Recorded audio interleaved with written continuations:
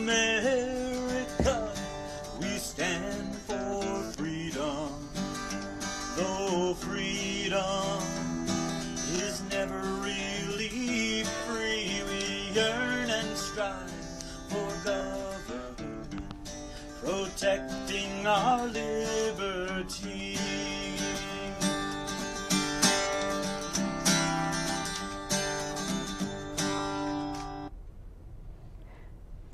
Good evening and welcome to Your Right to Know by the Fitchburg Republican City Committee. My name is Mary Lotze and I will be your host for this evening's show.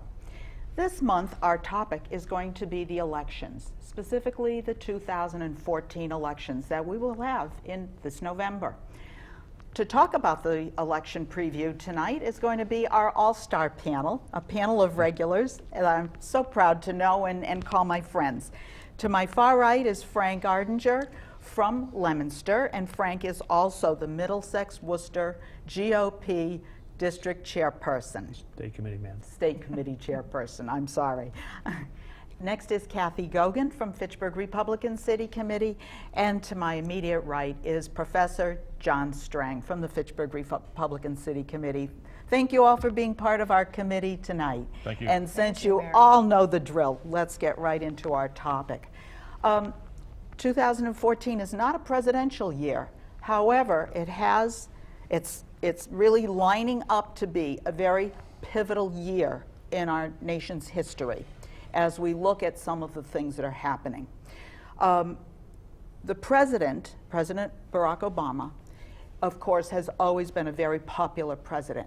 But things are changing.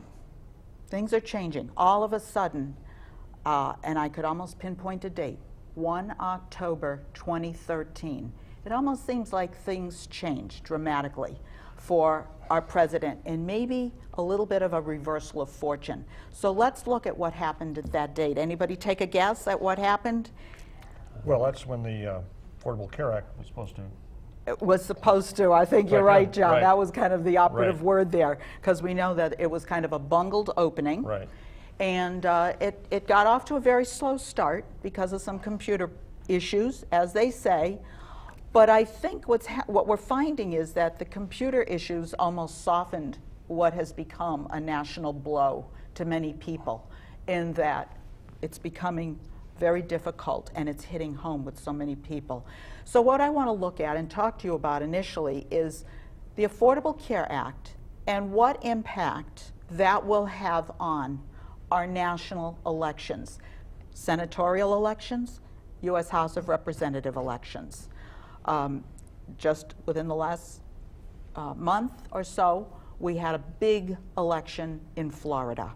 Anybody want to take this one on? David Jolly versus Alex Sink. Anybody feel like jumping in on that? I'll just give you a little perspective. From the New York Times article from March 16th, and it states that Democrats are becoming increasingly alarmed about their midterm election fortunes amid President Obama's sinking approval ratings.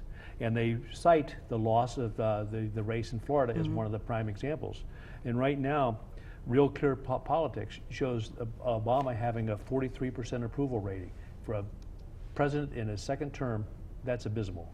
Well, especially when you consider where he fell from. Right, 61. I actually thought it was lower than that. I thought it was like 39. Well, that's Real Clear Politics that had that Right. poll. I think there's other polls that actually have him into the 30s. Yes. Right. And Real Clear might be an average poll. Right, they take an average, and they're actually skewed because the recent Rasmussen poll had him at 49%, and that was much higher than anybody else, so Yeah. that probably skewed the results Skewed a it. little bit. Yeah. What was also interesting is that this particular area in Florida, this district, I think 13 if I'm not Yes. mistaken, is a district Obama took, and it's a district in which it's approximately even between Republicans and Democrats, but the Democrat was indeed anticipated, Sink was anticipated to win it. She was a prominent figure in Florida politics. She had run for governor. She came close to winning that. And she was articulate. She did make a mistake in reference to immigrant labor at one point. But clearly what did her in, and this is what has the Democrats so worried, is the perception among the majority of the voters that Obamacare was a failure and a dreadful one that affected so many people. Of course, there were a lot of elderly people who would turn out, which are in any case an important voting bloc in Florida, but elsewhere too. Didn't they really, the Democrats, didn't they really fund her campaign also? $10 million. $10 million. They sunk $10 million into her campaign, And did thinking that David Jolly just never had a chance. Well, because he was an unknown. He was an unknown. She was a local Yeah. political person. As John said, she ran for governor. She was very articulated, well-known individual, and he came out of like nowhere. But I think this is what happens when you pass bills without reading them. Yes. All these little things now are coming to light, Right. and it has people concerned. And it also shows what happens when you pass a bill with only one house, with only one Right. part of the One house. party, When essentially. it's not, both parties getting in on it and passing it. There was no bipartisan There's no support at all. bipartisan support. It could only fail because it shows how skewed everything Well, is. the interesting thing is President Obama right now is sort of the leader of many scandals. We've got the NSA eavesdropping scandal. We've got the IRS targeting conservative group scandal. We've got the biggest scandal of all, Benghazi. Nothing. And certainly as an international figure, President and Obama, Furious. Fast and Furious is another one. But on the international map, I mean, Russia is laughing at us, let's face it. Especially if he goes on the Putin Ellen is, show. Putin is laughing at us. But nothing seemed to stick. None of those scandals, as bad as they were, none of them seemed to stick. They're not personal. Why did Obama It's care? personal. That's it, exactly. It's personal. When You know, your health coverage is either canceled or you get your premiums quadrupled, all of a sudden, hey, wait a minute, this isn't what I was told. And you start looking at other things around you. This in the too. face of the repeated claims on the part Yeah, of you Obama can- and his yes, spokespersons yes, if you like your that doctor, if you like you your can- doctor, you can keep your period. doctor. If you like your plan, Yeah. you can keep your plan. All of Yeah. these were lies, and they were known to be lies. And finally, the truth did come out. Yeah. And I think I'm fairly optimistic as a Republican conservative about what is likely to be the outcome of this on the electorate. I think Oh. that there will be a significant outcome. in Then let's go November. there. Let's take that and go there. What's going to happen in November? I think we can safely say that the Republicans will keep the U.S. House of Representatives. The toss-up is going to be, will we take the Senate? What's your guesses? I think we have a fantastic opportunity because of this issue, and there are many. I think it's what I read, something like 6 states that were considered to be toss-up states that now the Democrats are afraid of losing. Yes. Well, And that's, and aren't those 6 states? Aren't those states that Mitt Romney won? Yes. Yes. Yes. Which is another reason to be very fearful of Very losing concerned. those. Very concerned. Yeah. So you may wind up after the presidential or the midterm elections with a Senate that cannot just run roughshod over everybody, and a House that is strongly conservative Republican. So you're going to have a whole 2 years of different. What do you want to call it? A different climate on Beacon, on Capitol Hill. What do you think this bravado that President Obama seems to be showing all of a sudden? I've got a pen, I've got a cell phone. And signing in, enacting laws or changes unilaterally, bypassing Congress. Do you think this is, as they say, going over in Peoria? What do you think Well, the people are thinking of See, this? I don't think that's new. That phrase is new, but I think that's been his approach consistently. Okay. When you look back to 2009, when the Democrats and Obama, Pelosi, and Reid were so adamant that they had the will of the people behind them, they pushed through Obamacare. They were so self-congratulatory, and Nancy Pelosi comes out with probably the most stupid comment ever made by a representative. You have to pass the bill in order to find out what's in it. Yeah. There was a great deal of hubris on the part of these people then. And I think that has been the governing approach of Barack Obama. He has not been distinguished by an ability to actually go out and create allies from an opposing ideological framework. His approach has been to dispense with them, to sideline them, to silence them to the extent he can. And you know, he uses different locutions for how he expresses this contempt he has for a two-party system. But that's what it comes down to. I think it's in his makeup. He's arrogant. He's arrogant. He's arrogant. exactly. He sees himself totally different. He's almost like in a bubble, and he's above everybody else. And he doesn't have to answer to anybody else because he is who he is. He's the one we've been waiting for. Yes, Isn't he that is. the quote? Yes. Oh, I'm still waiting for the oceans to part. Of course, this is abetted by the media. Yeah. Been, Yes. you know, his lapdog. Yeah. Yes. And even today, I just heard a comment about apparently conduct on the part of the media at the White House among the White House press corps. Apparently, the claim is being made that the White House press corps is giving questions to Jake Carney before the actual presentation, so that he knows these questions beforehand. I mean, if this is true, it's a degree of collusion between the media It's and disgraceful. a particular It is party. It's disgraceful. an outrage. But Jay Carney doesn't want to be put on the spot because he can't answer them Well, otherwise. right, yeah. you know, I think, didn't President Obama say way back when, almost in jest, that he was kind of lazy? Didn't he Yeah. make that Oh, yeah. statement way back Yeah. when? And I think we're seeing it in his governance. Well, he doesn't want to be. He wants the perks of being president, but he doesn't Want to the do job the work. of being president. He's, you know what, ever remember the TV show Ben Casey? The surgeons, they finish Yeah. scrubbing up and they walk into the Yeah, OR yeah. like this. Their hands are clean. You know, that's the Yeah. White House. My hands are clean. Yeah. If Scott Brown gets in, who will win New Hampshire? Guess? Well, he has a good chance. I don't know. I'm not up on the polls. Unfortunately, you know, if we were speaking about the New Hampshire, say 20 years ago, you'd be much more confident. The fact is that many people who formerly lived in Massachusetts have moved to New Hampshire, and they have carried their ideological biases with them.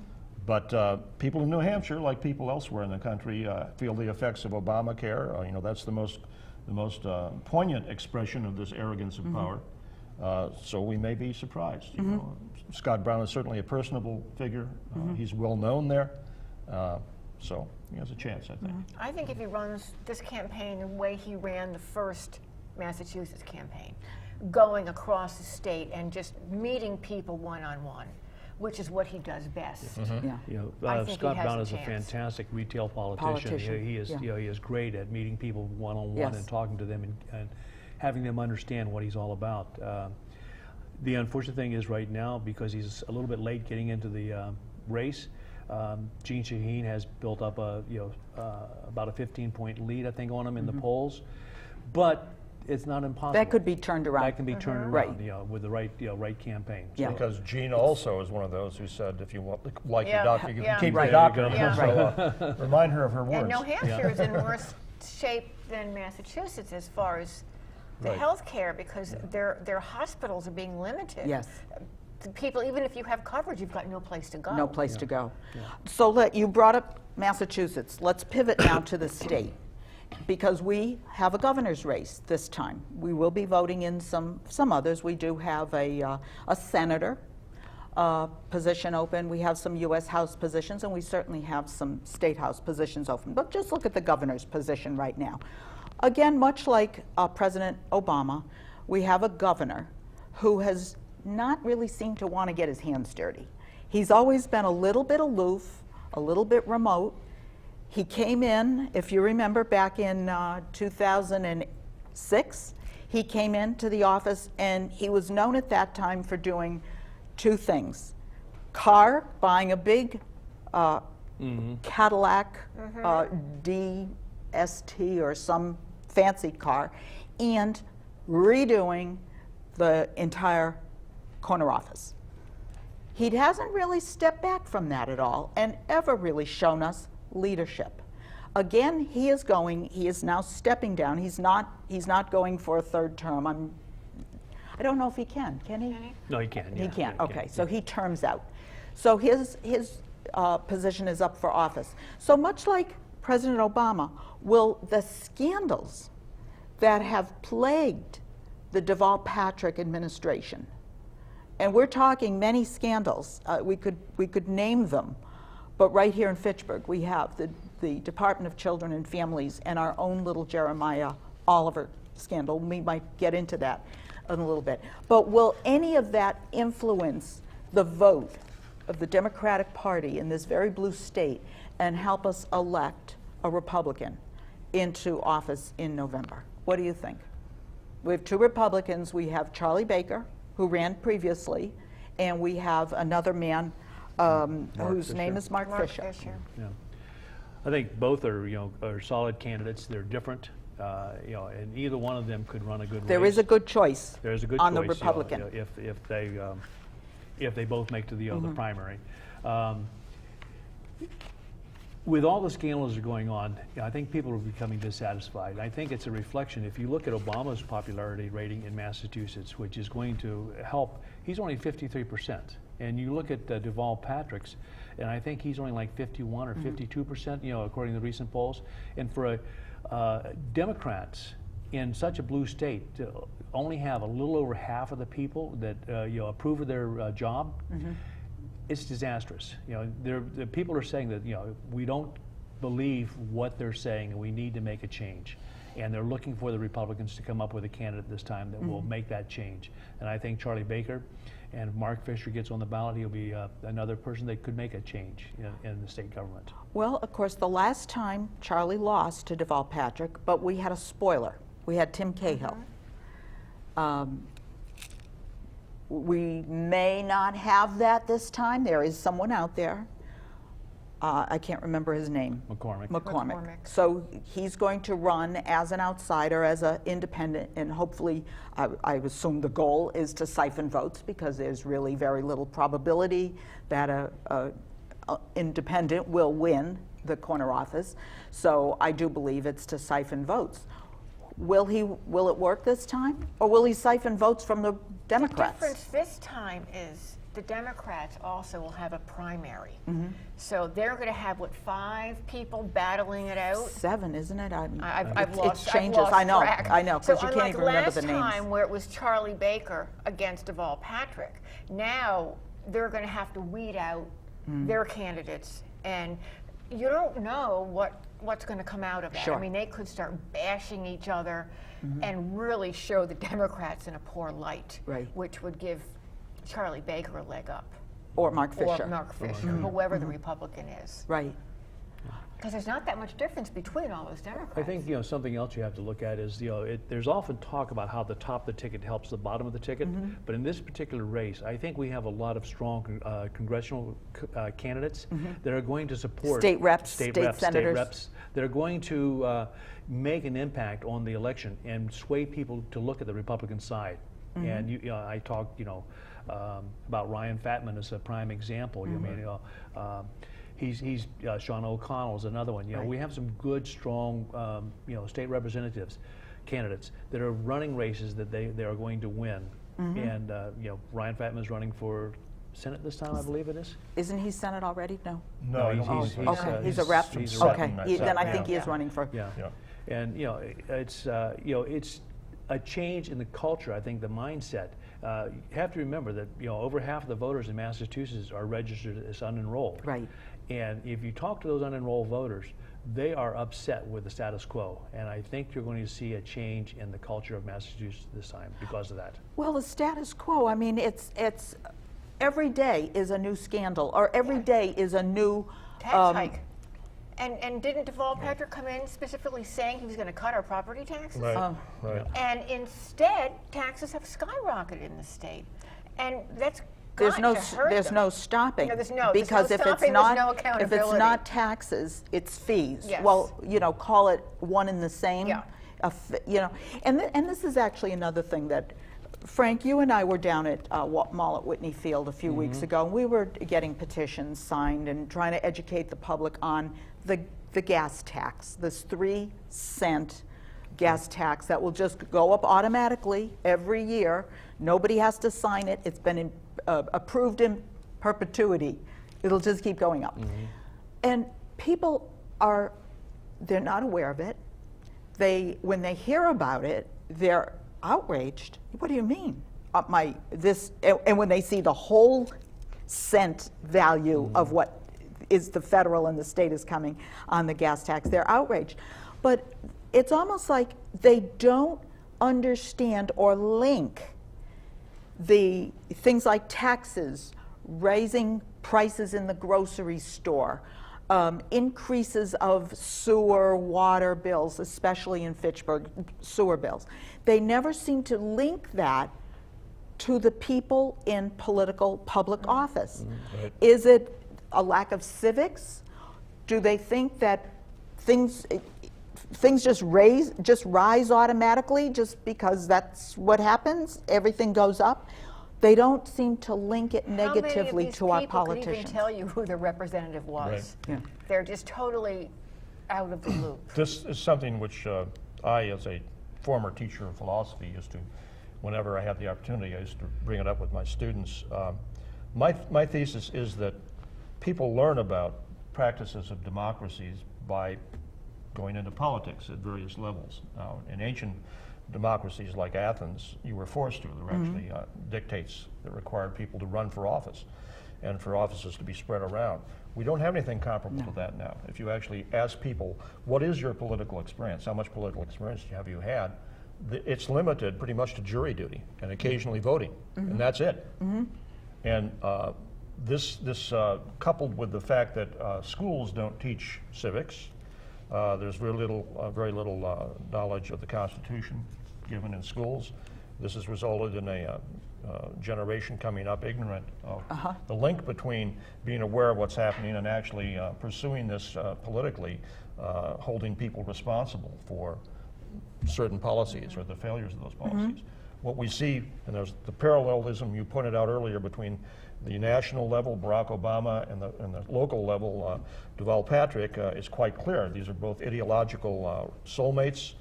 They're both assisted by a subordinate media that's not willing to be critical. And people normally, the mass of people seem to get along with this until a point is reached where it affects them personally. And we know that this effect is being felt in Obamacare. Whether or not it's going to express itself here at the local level in Massachusetts, I don't know yet. Well, it But seems, it's good that, as Frank said, we have such a high percentage of independent or unenrolled persons. because that's the real question, is where these people will go. Now, right now in Massachusetts, the Health Connector is what we call it.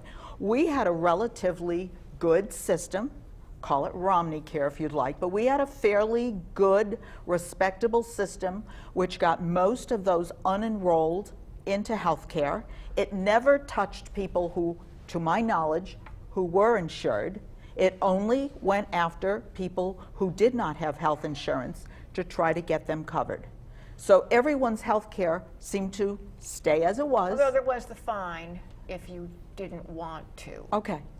But some people felt that the fine was less than they would have paid, so I know people who paid it. Okay. But yeah, but exactly, they left you alone. And, Yeah. and so all of a sudden, we now, because Deval Patrick stayed in line with his friend Barack Obama, he went with the federal plan, the Health Connector, and we have tens of thousands of people now who can't get health insurance because of the Health Connector being down. Yeah. They're doing stubby pencil work, Yeah. and they have to hire umpty-ump people at the state level to hand process, in this age of computers, hand process stubby pencil. Your application, your application, your application.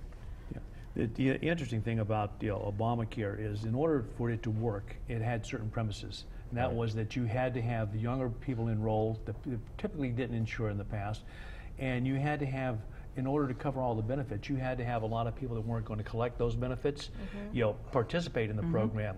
And I'll give you a prime example. There's a firm that I know well that they have 3 employees. They're all over 65 years of age, right?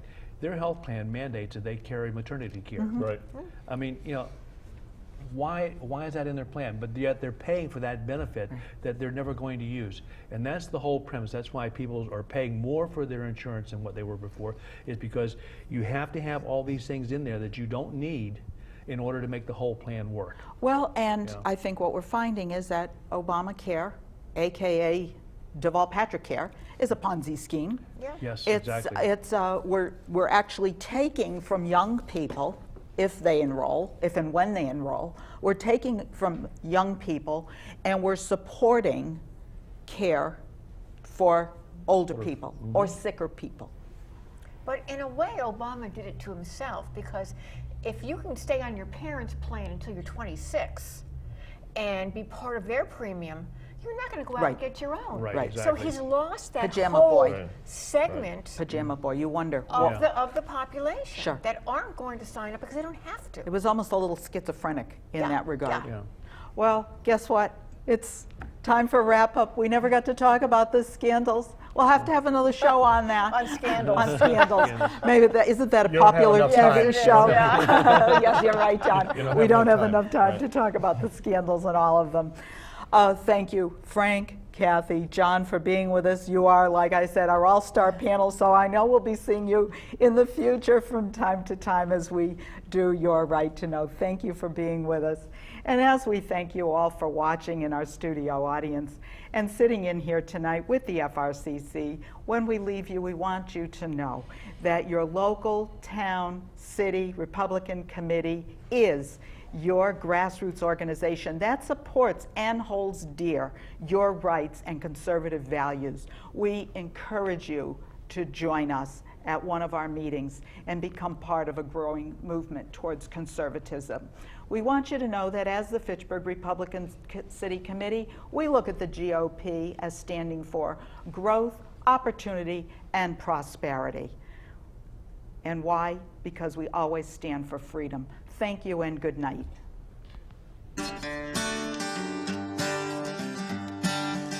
America, we stand for freedom. So let us all unite to yearn and strive for our republic that reflects our values, that preserves our rights, and goes forth in power and might, that reflects our values and preserves our rights, and goes forth in power and